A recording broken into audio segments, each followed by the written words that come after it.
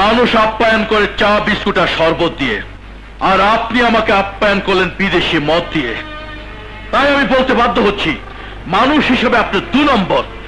এতদিন জানতাম সন্তান মায়ের সাথে মিথ্যে কথা বলে, আজ জানলাম তুমি সেই মা, যে মা সারাটা জীবন সন্তানের সাথে মিথ্যে বলে এসেছো। বাংলা সিনেমার সোনালী যুগে যখন প্রেম, সঙ্গীত আর সামাজিক গল্পের সিনেমা দর্শকদের মনে জায়গা করে নিচ্ছিল, ঠিক তখনই সিনেমা হলে ঢুকে পড়ল এক নতুন ধারা, অ্যাকশন সিনেমা। দর্শকদের রক্তে আগুন ছড়িয়ে দিল 2 মহাতারকা, জসিম এবং আলমগীর। একজন ছিলেন বাংলা সিনেমার মার্শাল আর্ট কিং, যার ঘুষি আর লাথি দেখলেই ভিলেনরা পালিয়ে যেত। মারুন, মারুন ওই শয়তানদের। আপনি যদি ওদের না মারেন, ওরা আপনাকে আবার বেইজ্জতি করবে, আবার খারাপ কথা বলবে। মারুন।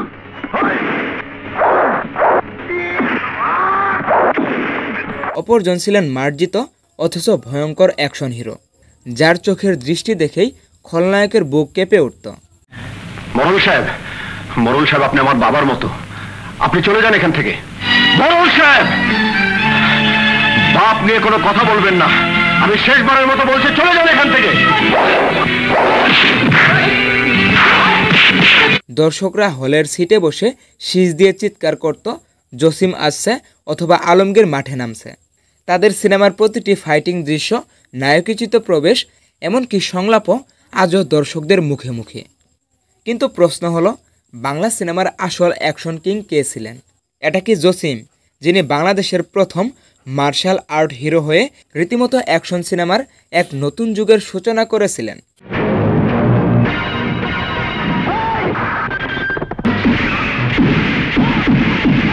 নাকি আলমগীর, যিনি রোমান্স, সামাজিক গল্প আবার অ্যাকশনের মিশেলে নিজের আলাদা জায়গা তৈরি করে নিয়েছিল? আমি পুরুষ মানুষ, না খেয়ে থাকলে কিচ্ছু যায় আসে না, কিন্তু ও তো আমার সন্তানের মা হবে, সে কেন না খেয়ে থাকবে?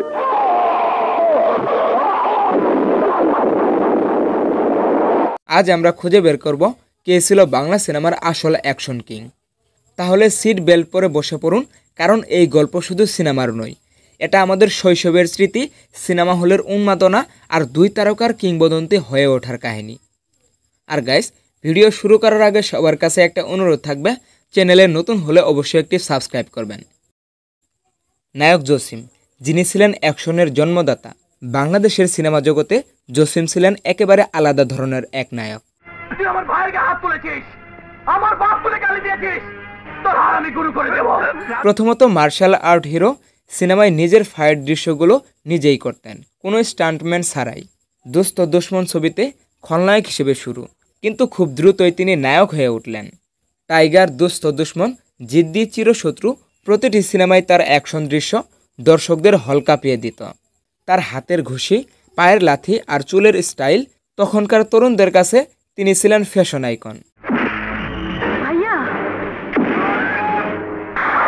তা সুন্দরমহলের খেলা, যদি খেলতে হয় সরকারি রাস্তা বন্ধ না করে অন্য কোথাও খেলিস, যা। নায়ক আলমগীর, যিনি বহুমুখী নায়ক কিন্তু অ্যাকশনের উস্তাদ। আলমগীর ছিলেন মূলত রোমান্টিক ও সামাজিক গল্পের নায়ক, কিন্তু অ্যাকশনেও তার দাপট কম ছিল না। তোর টাকা তোর কাছেই রাখ, আর বাঁচতে চাইলে এখান থেকে চলে যা। ওই টাকা আমি উপার্জন করবই, যেভাবেই হোক টাকা আমাকে উপার্জন করতেই হবে। মনের মানুষ, ক্ষমা, নিষ্পাপ বৌমা, জজ ব্যারিস্টার, ঘর সংসার এবং ভাত দে, এমন বহু সিনেমায় তিনি অ্যাকশন দৃশ্যে জসিমের সমকক্ষ ছিলেন। আলমগীরের অভিনয়ে একটা মার্জিত অথচ ভয়ঙ্করের আভাস ছিল। তিনি শুধু মারধর করতেন না, সংলাপ দিয়েই খলনায়ককে হারিয়ে দিতেন। তার অ্যাকশন ছিল বাস্তবসম্মত, দর্শকরা মনে করতেন এই লোক সত্যি সত্যি লড়াই করতে জানেন। তখনকার প্রেক্ষাপট আর এখনকার প্রেক্ষাপট এক নয়। তখনকার সময় থেকে এখনকার সময় অনেক বদলে গেছে। এখন অন্যায়কে মেনে নেওয়া সমাজে কোনো অপরাধ বলে চিহ্নিত হয় না। দুজনের মধ্যে অ্যাকশন স্টাইলের পার্থক্য। চিত্রনায়ক জসিম ফাইট দৃশ্যে বেশি ফিজিক্যাল, মার্শাল আর্ট, ঝাপ কিক দিয়ে দর্শকদের চমক দিত।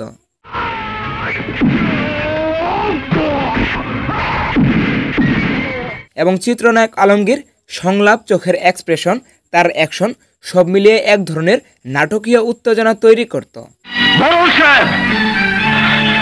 বাপ নিয়ে কোনো কথা বলবেন না, আমি শেষবারের মতো বলছি, চলে যান এখান থেকে।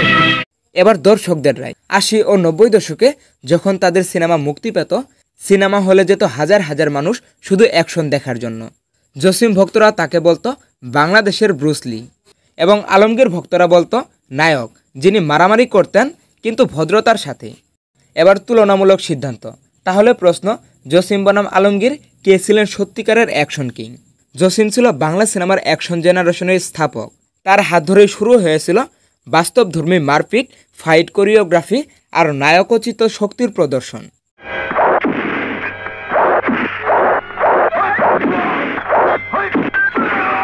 এবং আলমগীর ছিলেন সেই অ্যাকশন হিরো যিনি এই জেনারেশনের মতো স্টাইল করতেন। বুদ্ধি আর ভিন্ন ধরনের উপস্থাপনা তিনি এনেছিলেন সিনেমায়।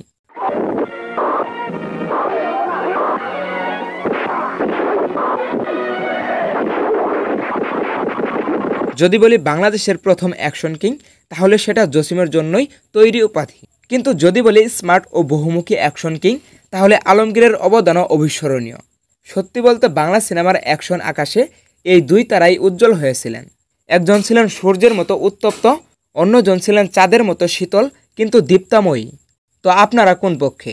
জসিমের আগুন ঝরা ঘুষিয়ে নাকি আলমগীরের কমলীয় অ্যাকশন? কোনটা আপনার বেশি পছন্দ? অবশ্যই কমেন্ট বক্সে জানাবেন।